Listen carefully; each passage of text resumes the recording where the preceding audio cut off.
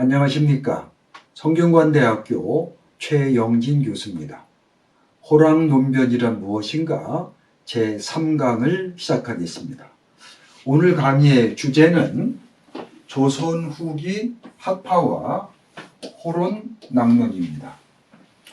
앞에서 말씀드린 바와 같이 이 호랑논변이라고 하는 것은 율곡학파, 그 중에서도 노론 내부의 논변이다, 이런 말씀을 드렸습니다.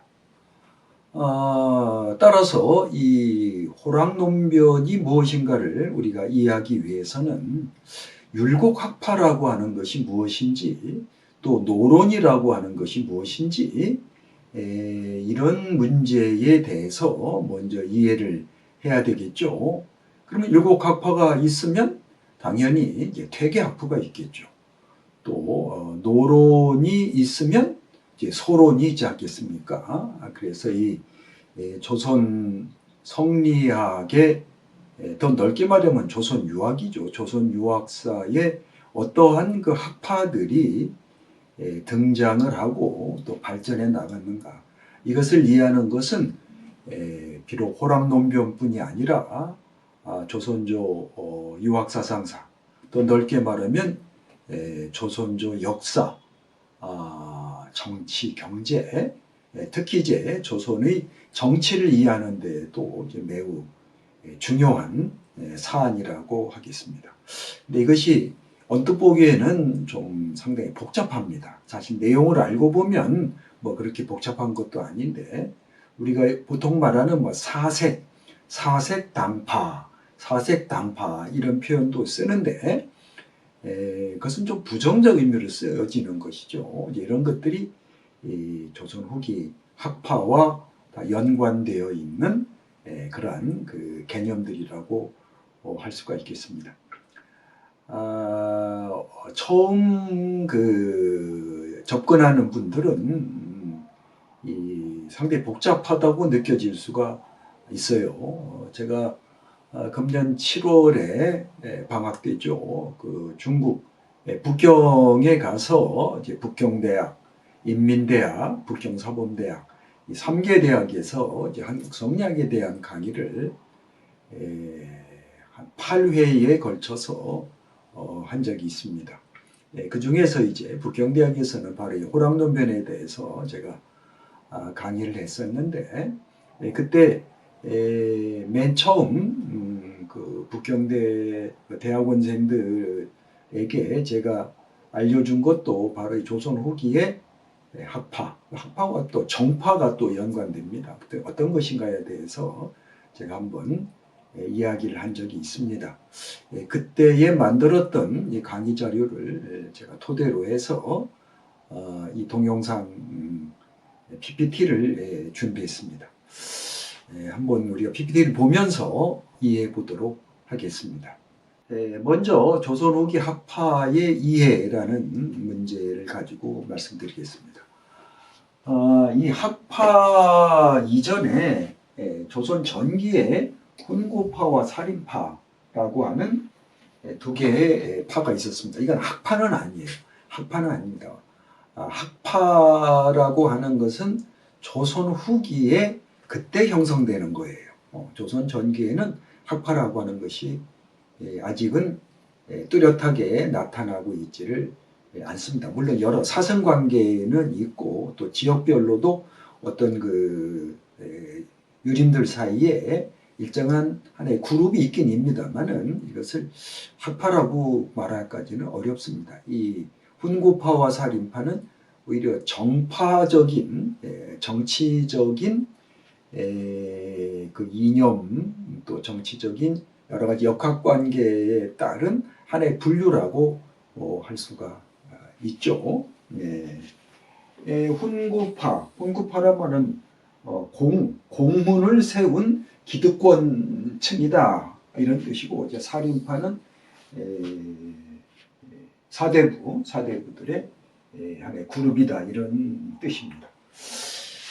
고려 말부터 조선 말까지 한국 사회를 주도해 나간 세력은 이제 사대부입니다. 그것은 우리가 너무나 잘 알죠. 사대부라는 계력인데, 고려 후기 이 권문 세력에 대항하여 성장한 신흥사대부입니다. 신흥사대부들은 역성혁명을 주장하는 급진개혁 세력과 체제 내 개혁을 주장하는 온건개혁으로 나뉘어집니다. 다 아시다시피 고려 말에 그 공민왕의 어떤 정책에 의해서 신흥사대부들이 중앙에서 상당히 그 부상을 하게 됩니다. 이 신흥사대부들은 유학적인 그런 그 교육을 받은, 특히 성리학적인 문헌을 읽고 그러한 사유훈련을 받은 그러한 그 정치 세력입니다. 이 사대부들이 이제 가지고 있었던 이제 기본적인 생각은 불교에 대한 비판 의식이에요. 이 성리학이라고 하는 것이 물론 주자학이라고도 합니다만은 본래 불교에 대한 그 비판 이론으로서 출발했습니다. 물론 성리학이라고 하는 이 엄청난 이론 체계가 형성된 데에는 다양한 요인이 있겠습니다만은 특히 이제 학문적으로 볼 적에는 불교, 물론 뭐 노장 철학도 이제 비판합니다만은 주로 그 당시에 학술계에서 또 사상계에서 가장 큰 세력을 가지고 있던 불교를 비판하기 위한 이쪽이 그 비판 이론으로 출발을 했다. 이렇게 말씀드릴 수가 있습니다. 근데 고려라고 하는 국가는 불교가 하나의 통치 이념, 물론 뭐 통치 이념이라고까지 말씀드릴 수 있을지 모르겠습니다만은 가장 세력이 강한 그러한 그 종교이면서 사상이면서 또한 학술이었습니다. 그리고 이 불교 세력은 기득권 세력과 연계가 돼 있었죠. 그런데 이 고려 말의 사대부들은 원래 학문적 배경이 이제 주자학이고 성리학이죠. 성리학을 주자학이라고도 합니다. 주자가 이것을 집대성했다고 해서 이 주자학이 아까 말씀드린 바와 같이 이제 불교에 대한 비판 이론이기 때문에 기득권층인 불교 세력에 대해서 비판 의식을 가지고 있었어요. 따라서 또 고려 사회에 대해서도 상당히 비판적으로, 상당히 부정적으로 인식을 하고 있었습니다. 그들의 공통된 인식은 이대로는 고려 사회가 유지될 수 없다고 하는 공통 인식을 가지고 있었어요. 그런데 이 현 사회의 모순을 극복하기 위한 그 방법론에 있어서 하나는 이 고려 사회를 그대로 기본 뼈대는 그대로 유지하면서 이것을 대대적인 그 개혁을 해야 된다는 그러한 그 온건 개혁파가 있었고, 고려라는 사회는 이건 도저히 안 됩니다. 그러니까 완전히 부시고 새로 온 나라를 건국해야 된다고 하는 급진 개혁파, 이 둘로 나뉩니다. 이 급진 개혁파의 대표적인 인물이 정도전입니다. 삼봉 정도전이고, 이 온건 개혁파의 이제 대표적인 인물이 정몽주죠. 혹은 정몽주라고 이제 말할 수가 있습니다. 이 두 세력이 상당히 갈등을 갖고, 갈등을 관계에 있고 또 부딪히죠. 부딪혀서 온건개혁파가 세력을 잃고 급진개혁파에 의해서 소위 역성혁명, 고려 왕씨 왕조가 무너지고 조선 이씨 왕조가 개창되는 겁니다.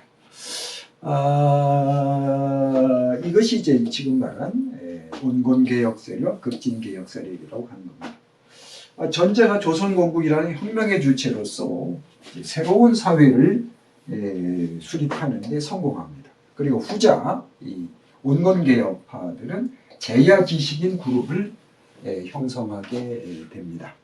그러니까 이제 조선이 건국된 뒤에 이 혁명을 주도한 이 급진 세력파들은 당연히 권력을 잡고 조선 사회를 이끌어가겠죠. 그럼 거기에 비판 세력이었던 온건개혁파의 그 후예들은 정권에 참여하기를 이제 거부합니다. 거부하고 제야에서 어떤 비판적인 그 그룹을 형성하게 되는 것입니다. 그래서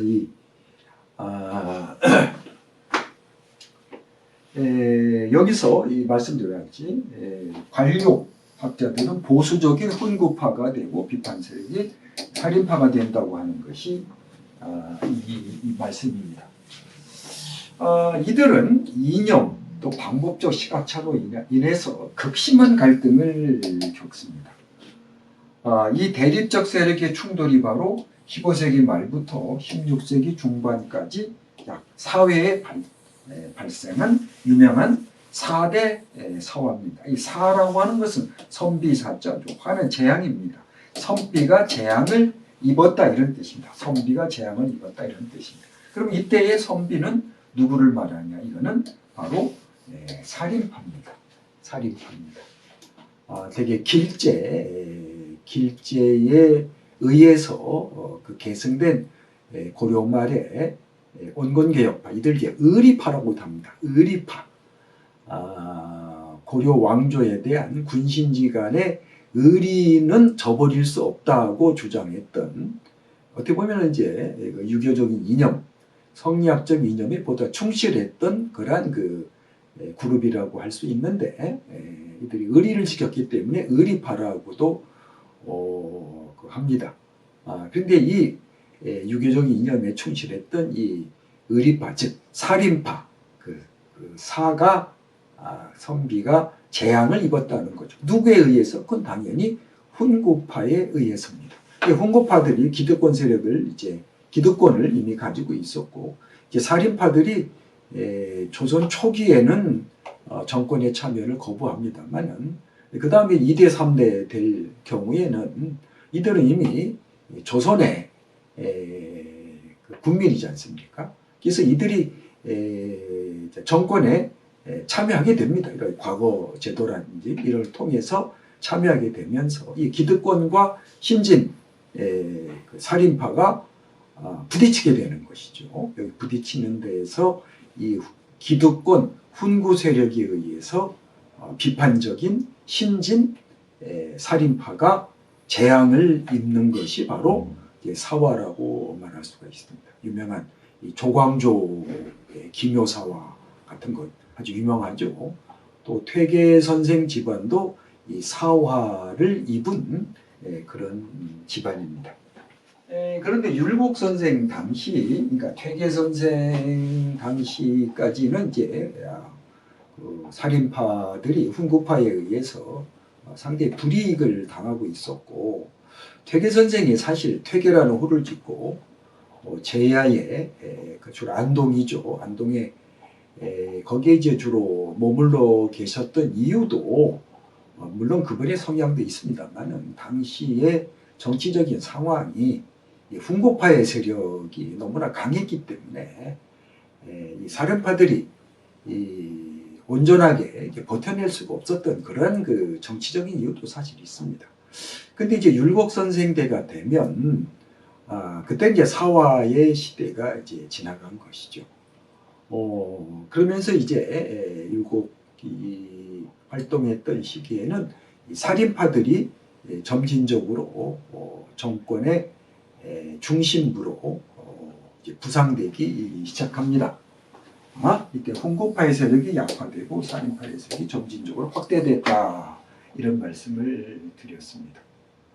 그런데 1575년에 어떤 그 정치적인 사건이 발생합니다. 계기로 이들이 동인과 서인으로 분열돼요. 말하자면 이 살인파가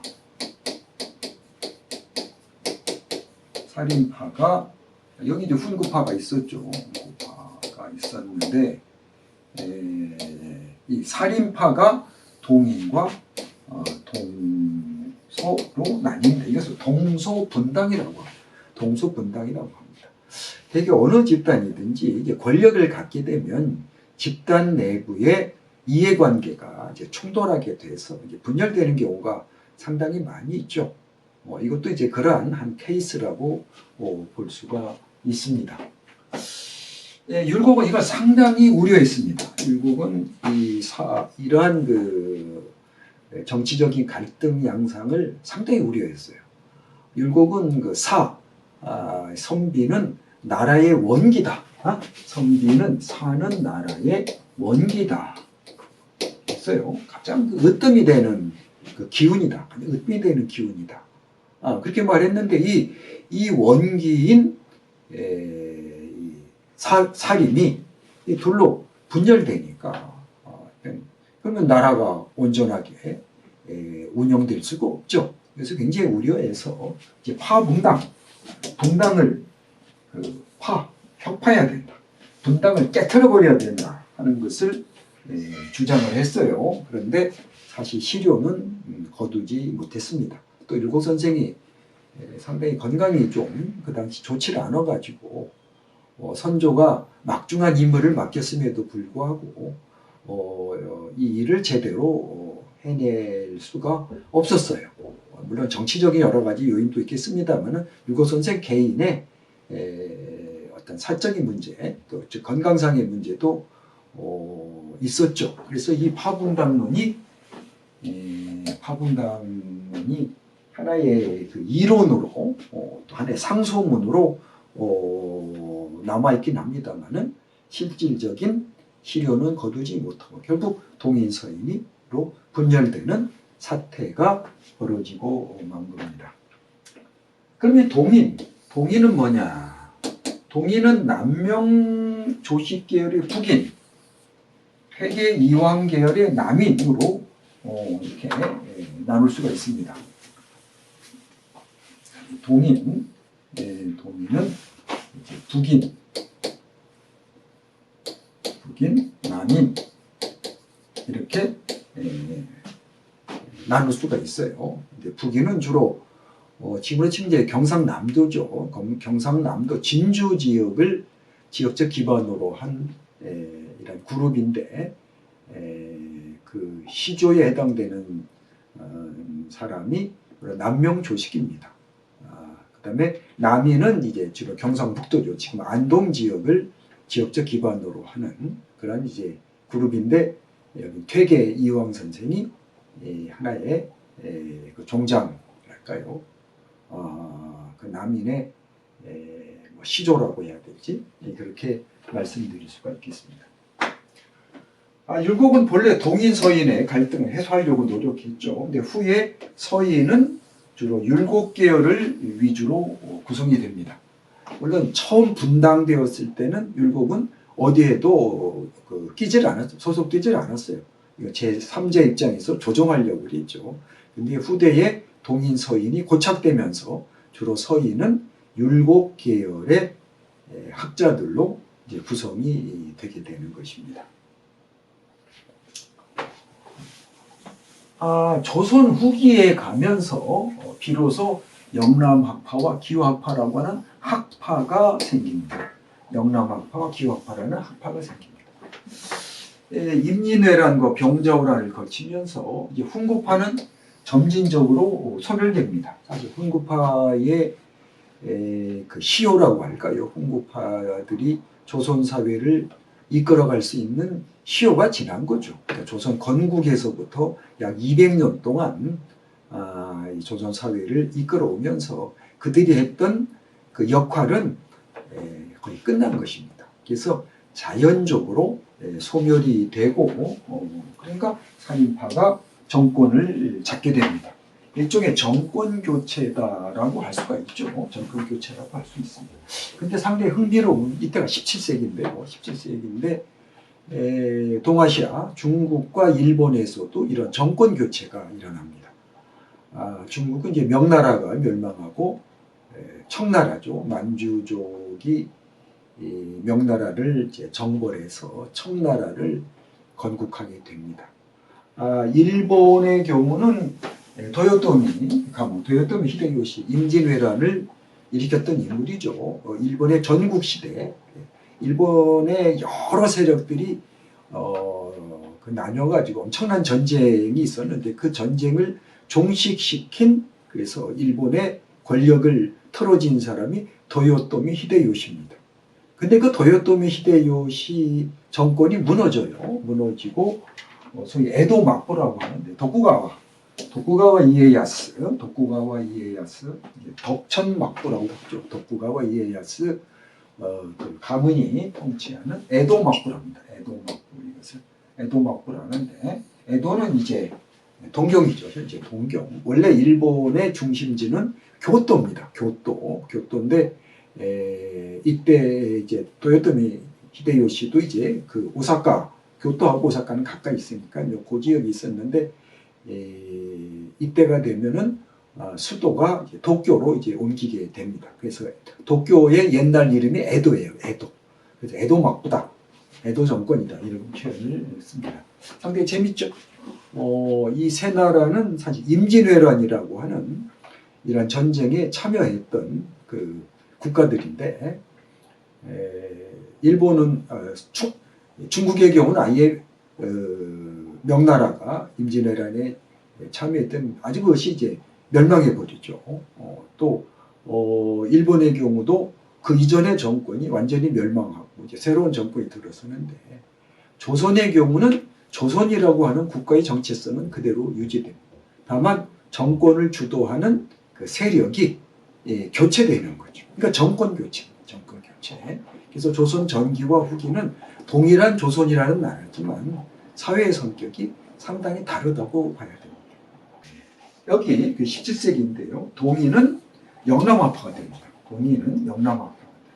서인은 기후학파가 됩니다. 그러니까 동인, 서인이라고 하는 것은 주로 정치적인 그룹을 가리키는 거죠. 정치적인 그룹을 가리키는 거고 영남학파, 기후학파라고 하는 것은 학파입니다. 학문적인 그룹입니다. 학문적 관점에서 그룹을 나눈 거예요. 근데 조선 후기가 되면 정파와 학파가 일치하게 됩니다. 네, 이것도 하나의 특징적인 현상이죠. 이 4단 7정 논변을 통해서 정립한 퇴계와 율곡의 성리학이 기후학파와 영남학파라는 학파 겸 정파로 분기되는 이론적 토대가 된 것이다. 이 얘기입니다. 우리가 이제 조선족 유학사적인 입장에서는 상당히 중요한 사건입니다. 퇴계 율곡의 이제 4단 7정 논변을 중심으로 한 그 힘성론에 대해서는 제가 한 50개의 동영상을 제작해서 자세히 말씀드린 바가 있습니다. 그 동영상을 좀 보시면 이해하실 텐데 똑같은 그 동일한 인간의 마음의 문제, 특히 4단 7정이라고 하는 그 도덕적인 마음, 또 인심도심이라고 하는 도덕적인 마음의 문제에 대해서 접근하는 그 시각이 퇴계와 율곡은 상당히 좀 상반적이라고 볼 수가 있습니다. 퇴계 선생은 주로 이제 리의 메커니즘을 규명함으로써 이런 그 인간의 도덕적인 그 마음의 문제를 이제 설명하려고 하는데, 율곡 선생은 주로 기의 다양한 메커니즘을 해명함으로써 이 문제에 접근하려고 합니다. 물론 이렇다고 말씀드려서 퇴계를 뭐 주립하다, 뭐 이런 건 아니에요. 퇴계 선생이 기에 대해서도 그 존재의 그 가치와 역할을 충분히 인정하고 계셨죠.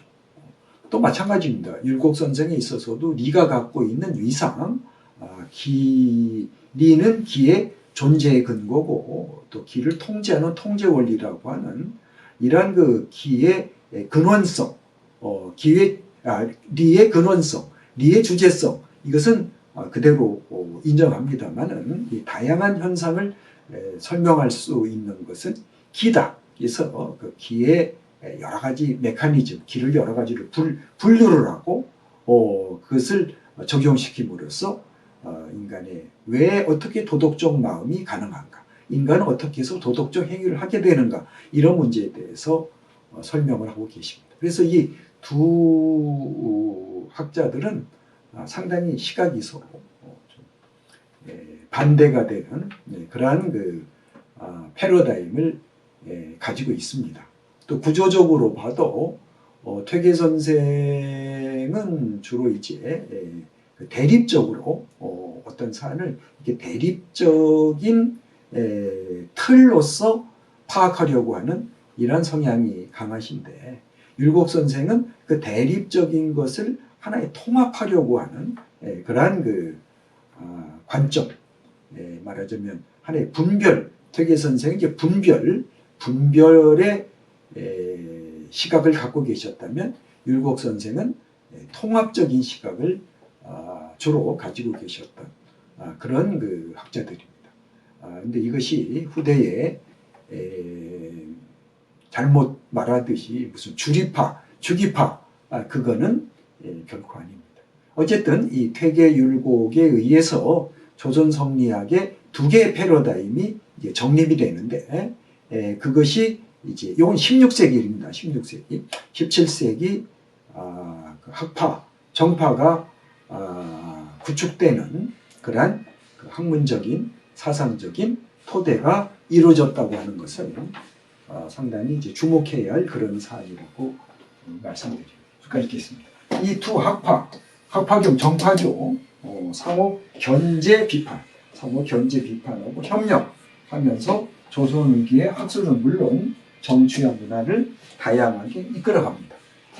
특히 이들이 이제 이런 걸 붕당이라고 하는데, 이것은 붕당이라고 하는데, 앞에서 붕당 얘기가 나왔습니다만은, 붕당이라고 하는 것은 아주 바람직한 건 아니지만 어쩔 수 없는 하나의 정치적인 기제들이다. 이것은 뭐 주자부터 인정하고 있는데, 이 붕당 정치가 아주 이상적으로 운영되면서 조선 사회에 긍정적인 역할을 하던 시기, 이걸 되게 이제 붕당기라고 합니다. 근데 이 붕당 정치가 제대로 작동되지 못하고 이제 문제가 발생했을 때 군주가 전면에 나와서 전국을 운영해 나가는, 이것이 탕평 정국이다. 하나를 붕당 정국, 탕평 정국 이렇게 나누기도 합니다. 근데 이 붕당의 기반이 된 것이 또 붕당을 구성하는 인맥들이 바로 퇴계 율곡이라고 하는 그 조선 유학의 그 거장들에 의해서 이것이 하나의 그룹이 지어졌다. 이렇게 이해하시면 되겠습니다. 아까 동인은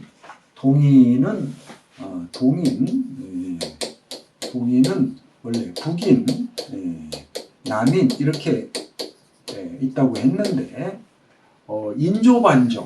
인조반정을 계기로 북인은 남인의 흡수 통합됩니다. 그 인조반정이라고 하는 거는 서인이 주도를 그때는 이제 북인 정권이었어요. 북인이 정권을 잡고 있었는데, 광해군 때죠. 광해군 때 북인이 정권을 잡고 있었는데, 여러 가지 이제 모순이 누적되니까 이걸 안 되겠다. 도저히 이거는 이대로 운영될 수 없다고 해서 주로 서인이 주도를 하고 남인이 여기 적극적으로 이제 협력을 해서 동조를 해가지고 일으킨 것이 인조반정입니다.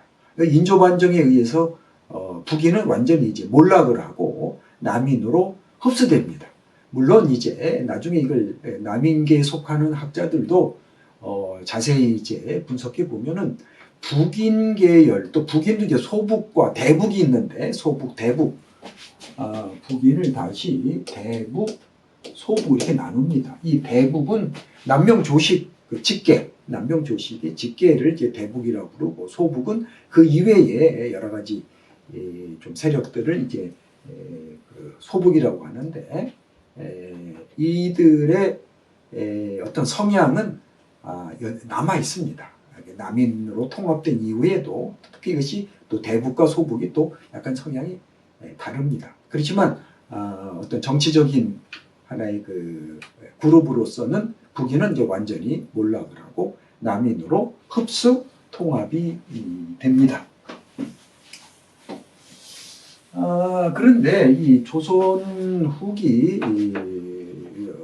기호학파와 영남학파 이렇게 이제 두 정파겸 학파가 있다. 그래서 이 영남학파를 이렇게 보다시피 이제 북인이 다 이제 남인으로 통합됐기 때문에 이들을 퇴계학파다. 남인은 퇴계를 하나의 그 종장으로 하는 그러한 그 그룹이라고 그랬죠. 정파경 학파라고 그래서 이건 퇴계학파다 이렇게도 말합니다. 또 기효학파는 뭐 서인은 처음부터 율곡 한 분밖에 안 계셨기 때문에 이들을 율곡학파다 이렇게도 이야기를 합니다. 그런데 이들이 이제 붕당이라고 하는 하나의 정치적인 세력을 형성을 해서 상호 이제 그 균형도 이제 잡고 견제도 하고 합니다만은 서인이 주도권을 잡습니다. 서인이 이제 주도권을 잡고 서인이 더 많은 이제 권력을 행사하게 되는 거죠. 그러니까 이제 서인이 또 이제 분열이 됩니다. 서인이 분열이 됩니다. 아까 말씀드렸죠. 어떤 권력을 가지게 되면 즉 그 먹을 그 파이가 많아지면 이해 충돌이 생기게 마련이에요. 그건 뭐 우리 일상적인 현실에서도 많이 그런 걸 목격하게 되는데 서인이 이제 노론과 소론으로 분열됩니다. 17세기 말년에 노론과 소론으로 분열되었다 이런 말씀을 드렸습니다. 노론은 이제 우암송시열이 이제 하나의 그 대표적인 인물이고 소론은 이제 윤중에서부터 이제 소론이 대표적입니다. 말하자면 우암송시열과 윤중 사이에 어떤 갈등이 노론과 소론이라고 하는 두 개의 세력으로 분열되는 이런 계기가 된 것이죠. 근데 이 중에서 권력을 보다 많은 주도권을 쥔 건 노론입니다. 소론은 그렇게 큰 정치적인 권력을 갖지 못해요. 그러다 보니까 이제 그 우암송시열 이후는 주로 남인과 노론 이렇게 이제 그 대립이 되는 거죠. 남인과 노론이 그 대립적인 세력을 형성하게 되는 겁니다. 그러니까 이제 노론이 분열이 됩니다. 아까 그 호랑논변이라고 하는 것은 율곡학파, 기호학파라고 됩니다. 기호학파. 그 중에서 노론 내부의 논변이다 이런 말씀을 드렸는데 이 호랑논변을 계기로 해서 노론이 둘로 또 분열됩니다. 18세기, 노론은 18세기입니다. 근데 이건 17세기 얘기고, 이것도 17세기 얘기죠. 18세기 호랑논변을 계기로 호학파와 낙학파로 분열이 됩니다. 호는 앞에서 말씀드린 바와 같이 주로 충청 지역을 가리킵니다. 주로 충청 지역을 호라고 합니다. 지금은 이제 충청 호를 호소, 호남 또 둘로 나눕니다. 호소 지역은 주로 충청도를 말하고 호남은 이제 전라도 지역을 말하는데 그 당시는 그냥 호라고 하면 주로 충청 지역입니다. 지금으로 치면은 구체적으로 말하면 대개 천안, 홍성 요 지역이 이 호학파의 하나의 본거지라고 말씀드릴 수가 있습니다. 그다음에 낙은 원래 낙양, 중국에서 낙양이 수도의 대표적인 그 지역이었죠. 낙양이 지금은 정주시에 있습니다만은 그래서 낙 그러면은 이거 이제 서울을 말합니다. 서울. 주로 이건 수도권을 주로 말하죠. 근데 이제 기호라고 이제 그러지 않습니까? 기호라고 할 때 호는 충청이고 기는 원래 기라고 하는 것이 그 수도를 말하는 거예요. 수도.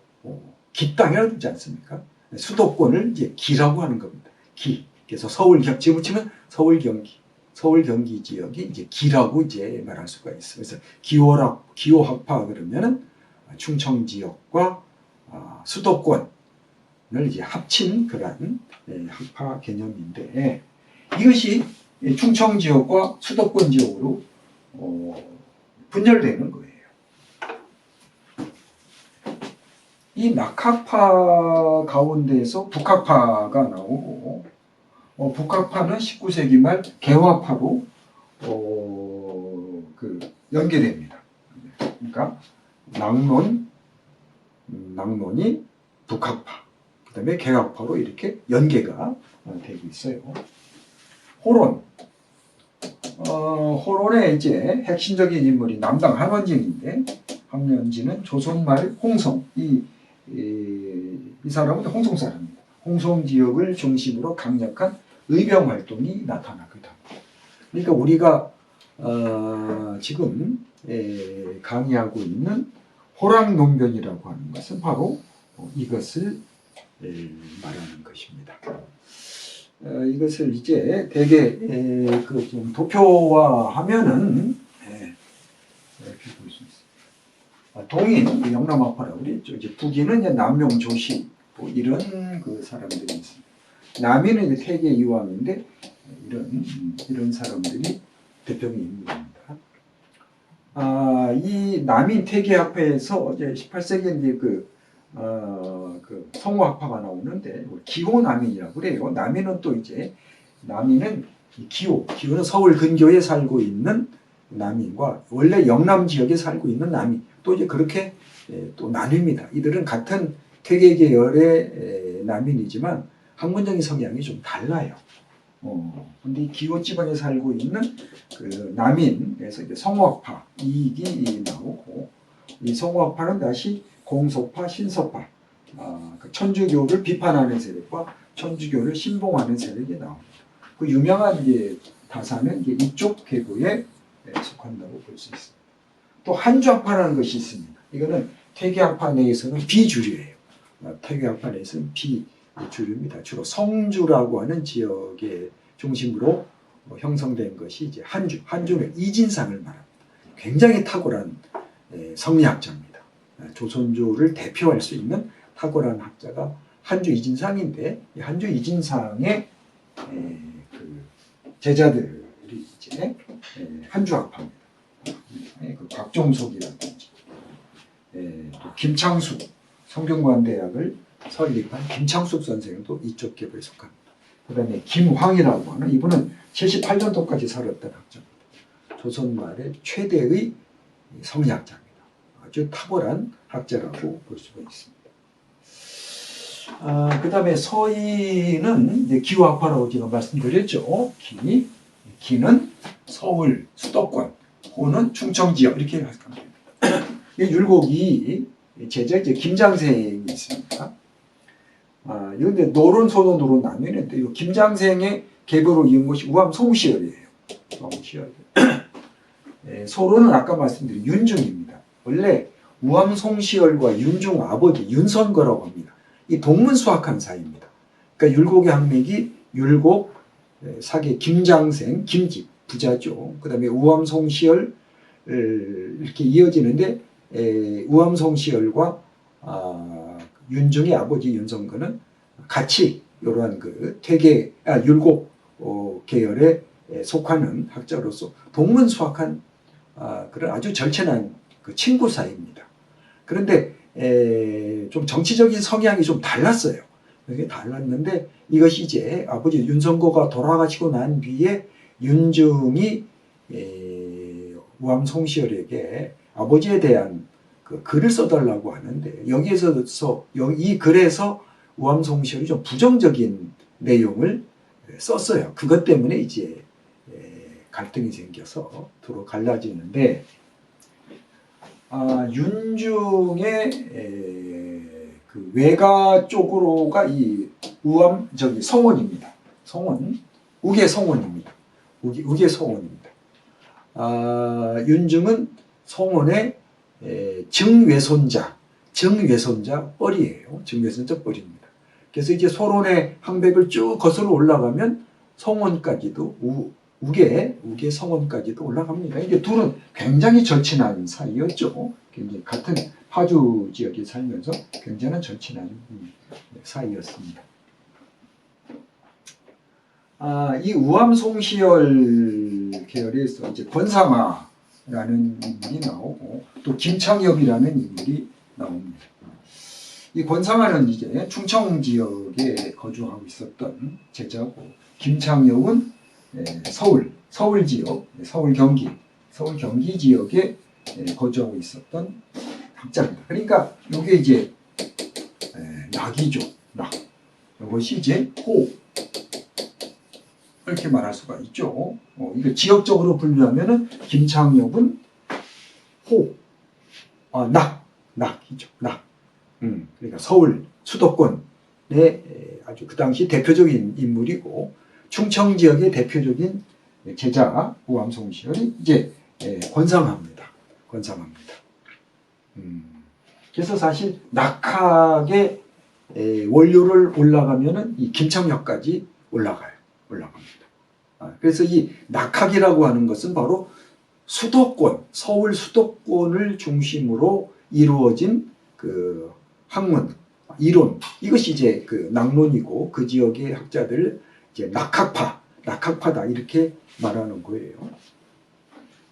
근데 그 권상아의 문화 중에 아주 탁월한 제자가 있었습니다. 한원진이라는 학자와 이간이라고 하는 학자가 있었는데, 이들 사이에 논문이 계기가 돼서 이제 호론과 낙론으로 갈리게 된 것이죠. 근데 이 이간도 충청도 사람입니다. 충청도 사람. 지금 아산에 가면은 이 외암마을이라고 있어요. 외암마을. 이간의 호가 외암인데 이 외암마을이 있습니다. 그리고 이 남당 한원지는 홍성 사람이죠. 아산하고 홍성은 그렇게 멀지 않습니다. 그게 멀지 않습니다. 그러니까 지역적으로 말하면 같은 충청 지역 학자들 사이에 벌어진 논변이에요. 논변인데 후에 주로 이 낙학, 서울 지역의 학자들이 이간의 학설을 지지합니다. 이간의 학설을 지지하고, 이간이 죽은 뒤에, 그래서 이제 이간이 남당보다 먼저 죽습니다. 나이든 조금 많기도 했지만은, 죽은 뒤에는 남당 한원질이 주로 이 서울 수도권 지역 학자들과 논변을 벌입니다. 그래서 이제 호락 논변 이렇게 되는 거죠. 호락 논변 이렇게 되는 거죠. 그래서 이 김창엽과 호락 논변의 관계가 좀 애매합니다. 이 문제에 대해서는 이제 배재성 박사가 자세한 설명을 하기로 그렇게 돼 있습니다. 어쨌든 이간 낙론에서 이재라든지 양웅수라든지 김원행, 임성주, 오이상, 홍기필 그다음에 전후하는 쟁쟁한 학자들이 나오게 됩니다.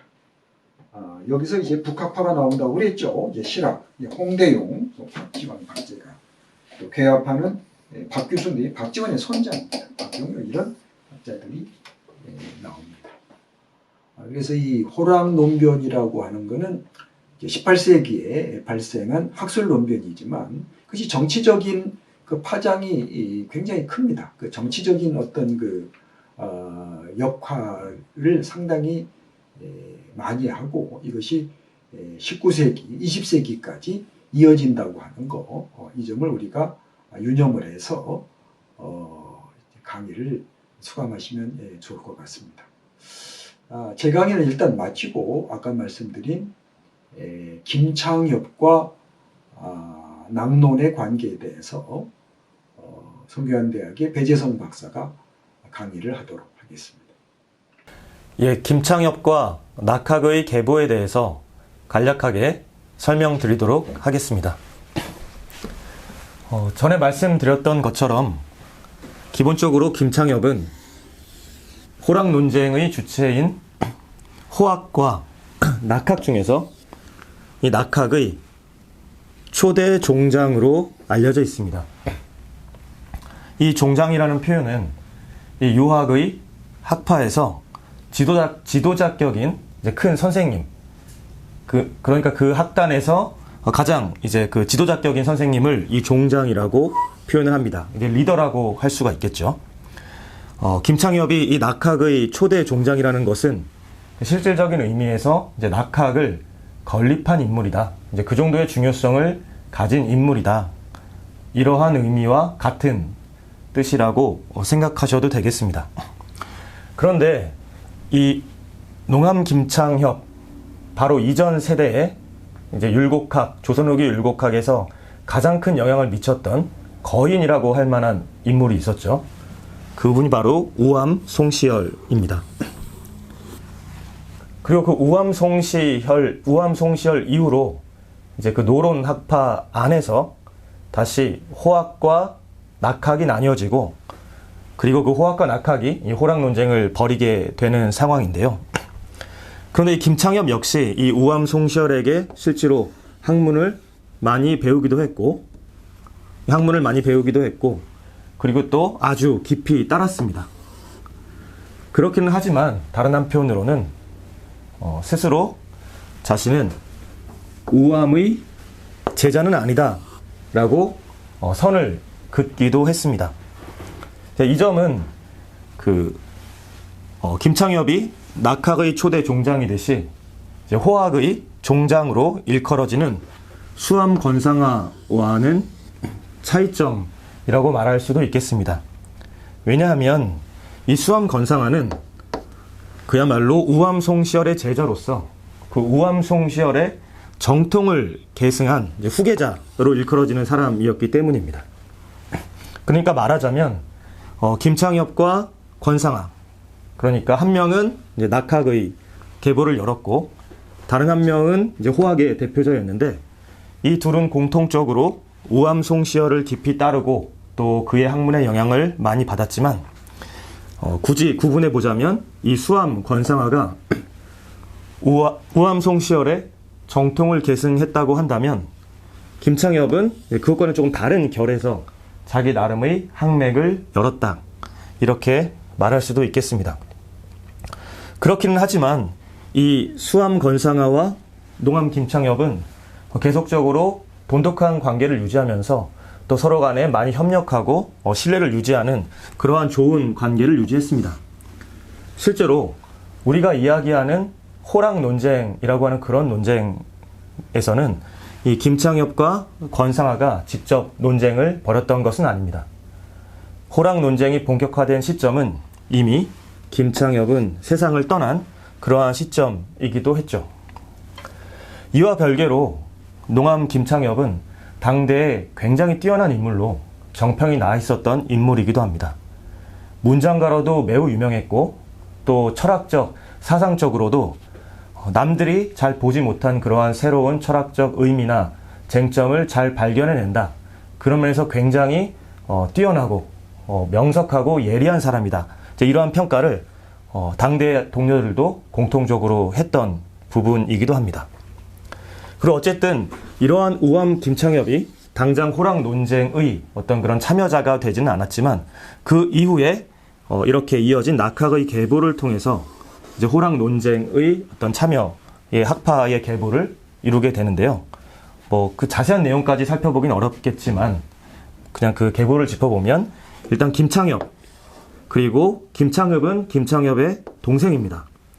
그래서 일대 어떤 종장의 어떤 그런 맥을 이루었고, 그것을 이어서 도암이제라고 하는 학자가 다음 때 종장을 계승을 했고, 그 다음은 미호 김원행, 그리고 다시 근제 박윤원, 그리고 또한 매산 홍직필, 그리고 고산 임원해, 마지막으로 조선 말기의 간제 전후까지 이어지는 낙학의 계보를 이루게 되었던 것입니다.